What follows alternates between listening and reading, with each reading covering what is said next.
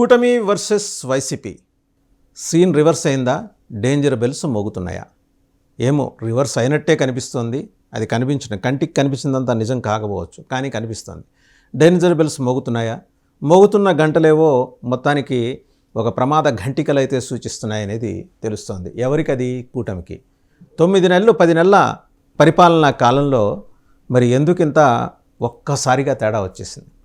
కడప జెడ్పీని కైవసం చేసుకోవడానికి వివిల్డెవరి చివరి నిమిషంలో వెనక్కి తగ్గిన తెలుగుదేశానికి ఎలాంటి పరాభవం అక్కడ దక్కిందో చూడొచ్చు. జెడ్పీ చైర్మన్ని పదవిని తిరిగి వైసీపీ కైవసం చేసుకుంది.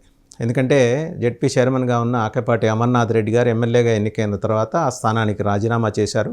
దరిమిలా ఎన్నిక జరపాల్సి వచ్చింది.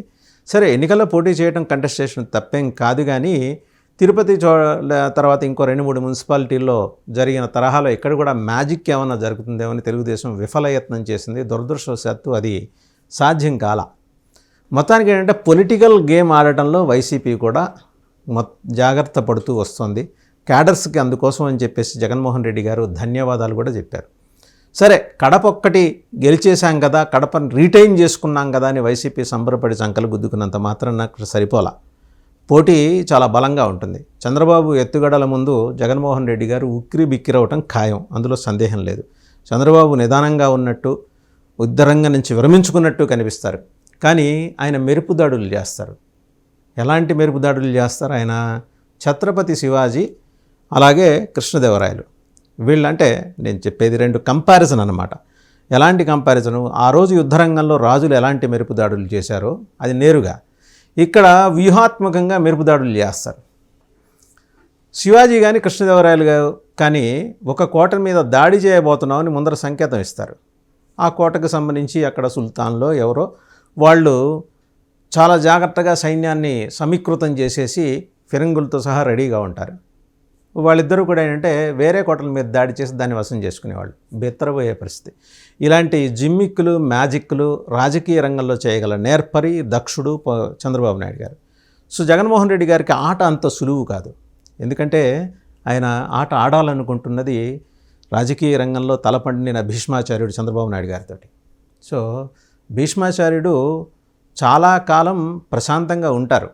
ఆయన యుద్ధం నిశ్చితంగా చేయాలనుకున్నప్పుడు దిగాడంటే అవతలందరూ పరారు కావాల్సిందే. ఈరోజు చంద్రబాబు నాయుడు దిగితే జగన్మోహన్ రెడ్డి కూడా పరారు కావాల్సిన పరిస్థితే. కానీ అలాగని జగన్మోహన్ రెడ్డి గారిని తీసిపారేయాల్సిన పరిస్థితి ఏం లేదు. ఎందుకంటే ఆయన కూడా సమాయత్తం అవుతున్నారు. ఆయన ముందున్న 7 ద్వారాల దగ్గర ద్వారపాలకుల్ని పక్కకు తోసేసి నేరుగా జనంలోకి వచ్చే ప్రయత్నం చేస్తున్నారు. కోటరీ అనే మాట విజయసాయిరెడ్డి గారు ఈ మధ్య తరచూ వాడుతున్నారు.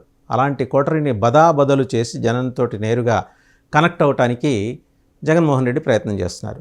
కడపది ఒక చిన్న ఎగ్జాంపుల్ మాత్రమే. రాబోయే రోజుల్లో జరగబోయే స్థానిక సంస్థల ఎన్నికలు కావచ్చు, ఇంకా ఇతరత్ర చాలా అంశాలు కావచ్చు, జగన్మోహన్ రెడ్డి గారి నెత్తిన పాలు పోయబోతున్నాయి అనే దాంట్లో ఎలాంటి సందేహం లేదు. ఎందుకంటే ఆయన ఒక అలవాటు చేసి వదిలేశారు జనాలకి. బటన్లు నొక్కి నెల చాలామంది ఖాతాల్లో ఎంతో కొంత పడే వెసులుబాటు కల్పించారు. అది ఇప్పుడు జరగట్లా. గ్రామాల్లో దీని మీద తీవ్రమైన అసంతృప్తి వచ్చేస్తుంది. జగన్మోహన్ రెడ్డి గారే బెటర్ ఏమో అనే దాకా వెళ్ళింది.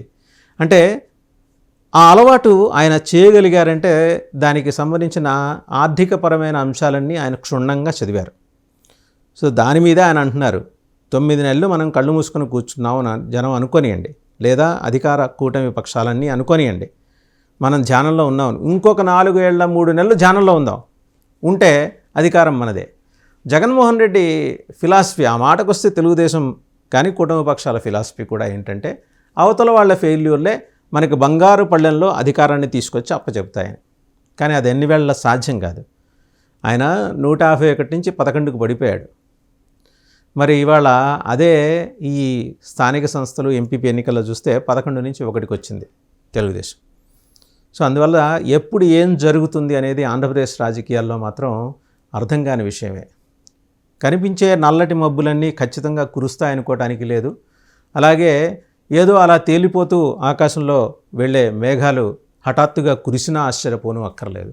అలాంటి విచిత్రమైన రాజకీయ వాతావరణమే ఆంధ్రప్రదేశ్లో ఉంది. కాబట్టి ఈరోజు జగన్మోహన్ రెడ్డి తన పావుల్ని చాలా జాగ్రత్తగా కదుపుతూ వస్తున్నారు. ఆయన నెలకో ప్రోగ్రాం పెట్టుకున్నారు. సరే, అదే వినాయకుడి పెళ్ళిలాగా ఎప్పటికప్పుడు పోస్ట్పోన్ అవుతూనే వస్తుంది. సో జగన్మోహన్ రెడ్డి జనంలోకి వస్తే, ఎందుకంటే తెనాల్లో ఈ మధ్య జరిగిన మాజీ శాసనసభ్యుడి కుమారుడి వివాహానికి వెళ్తే జనం పోటెత్తారు, సముద్రంలాగా పోటెత్తారు జగన్మోహన్ రెడ్డి గారికి. ఇది కలవరపెట్టే అంశమే. అలాగే విజయవాడ జైల్లో ఉన్న వంశీని పరామర్శించడానికి వెళ్తే అక్కడ బ్యారికేడ్లు పక్కకి దోసేసి జనం ఆయన చూడటానికి ఊరుకులెత్తారు. అది ఆయనకున్న ఫాలోయింగ్. ఆయన మంచి చెడు ఇక్కడ దాని గురించి నేను ప్రస్తావన చేయట్లేదు. ఆయన కేసుల గురించి, ఆయన అవినీతి గురించి ప్రస్తావన చేయట్లేదు. ఆయనకున్న ఫాలోయింగ్ గురించి ప్రస్తావన చేస్తున్నాను. వాడంత పాపులారిటీ ఉన్న లీడర్ కూటమిలో మరి చూస్తే పవన్ కళ్యాణ్ ఒక్కరే. పవన్ కళ్యాణ్ ఏ రకంగా ముందుకి రాగలరు అంటే కూటమి పక్షాల్లో సమన్వయం సాధించి ముందుకు దూసుకెళ్ళగలరు. బీజేపీ హఠాత్తుగా సోమవీర్రాజు లాంటి వాళ్ళని తెర మీదకి తీసుకొస్తుంది. సోమవీర్రాజు గారి మీద ఒక ముద్ర ఉంది, ఆయన వైసీపీ కోవర్ట్ అని. ఒకప్పుడేమో కానీ ఇప్పుడైతే కాదు అని చెప్పేసి బీజేపీ నాయకులే కొందరు ఆఫ్ రికార్డ్ కాన్వర్జేషన్స్లో అంటున్నారు. సరే, సోమవీర్రాజు గారి సంగతి పక్కన పెడదాం. వాళ్ళ పార్టీ అధ్యక్షురాలు పురంధరేశ్వరి గారు ఆవిడ అడపాదడపా మాట్లాడుతూనే ఉన్నారు. మరి ఇదిగో ఇవాళ రేపో పార్టీ అధ్యక్షుల్ని మార్చేస్తున్నారు, కొత్త అధ్యక్షులు రాబోతున్నారు. అది ఇంతవరకు జరగల. బీసీలను తీసుకొస్తారా, లేకపోతే ఈమెనే కంటిన్యూ చేస్తారా? లేదు, సుజనా చౌదరి గారు పెద్ద కాంపిటీటర్గా రంగంలో ఉన్నారు కాబట్టి ఆయన దించుతామండి. ఒకవేళ సుజనా చౌదరినే తీసుకొస్తే తెలుగుదేశం పార్టీకి బీ టీమ్గా బీజేపీ పనిచేస్తుందని చెప్పేసి బీజేపీలోని నాన్ టీడీపీ ఇన్ఫ్లుయెన్షియల్ సెక్షన్స్ అన్నీ కూడా మాట్లాడుతున్నాయి. ఇప్పుడే బీజేపీని పెద్దగా ఖాతరు చేయని పరిస్థితి. ఎందుకంటే పురంధరేశ్వరి గారికి చంద్రబాబు గారితో కుటుంబంతో ఉన్న సాన్నిహిత్యం వల్ల పెద్దగా రెండు పార్టీలని వేరు చేసి చూడటంలే ఎవరు ఆంధ్రప్రదేశ్లో.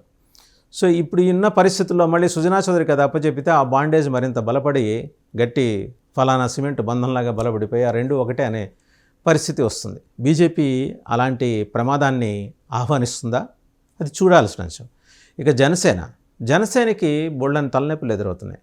జనసేన అధ్యక్షుడు కానీ, అలాగే వాళ్ళ ప్రధాన కార్యదర్శి కానీ, పవన్ కళ్యాణ్ గారు కానీ, నాగబాబు గారు కానీ, వారు పిఠాపురం ప్లీనరీ వేదికగా మాట్లాడిన మాటల మంటలు ఇంకా చల్లారలా.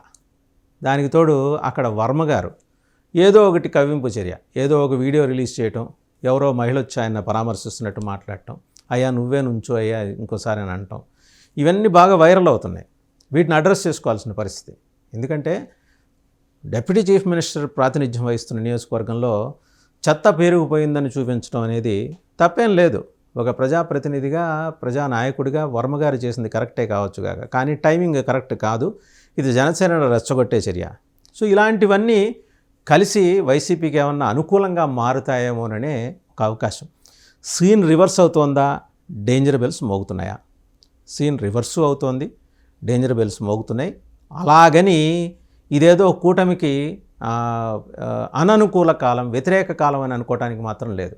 వాళ్ళు సర్దుకోవటానికి, అలాగే జాగ్రత్త పడటానికి ఇంకా బోళంత వ్యవధి ఉంది, 4 ఏళ్ల వ్యవధి ఉంది.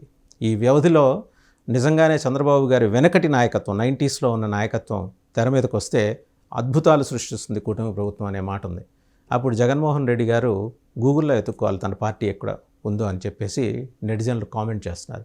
చూద్దాం. ఏదైనా ఎన్నికలు జరిగిన ఏడాది వ్యవధిలోనే ఎన్నికల వాతావరణం తీసుకొచ్చిన కూటమి పక్షాలు, అలాగే ఆ వచ్చిన అవకాశాన్ని జాగ్రత్తగా ఒడిసిపట్టుకోవడానికి ప్రయత్నిస్తున్న వైసీపీ, ఈ మొత్తానికి ఈ 4 రాజకీయ పార్టీలు కూడా ఏపీ పొలిటికల్ ప్లాట్ఫామ్ మీద ఆడుతున్న చదరంగం బహు ఆసక్తిగా అయితే మారింది.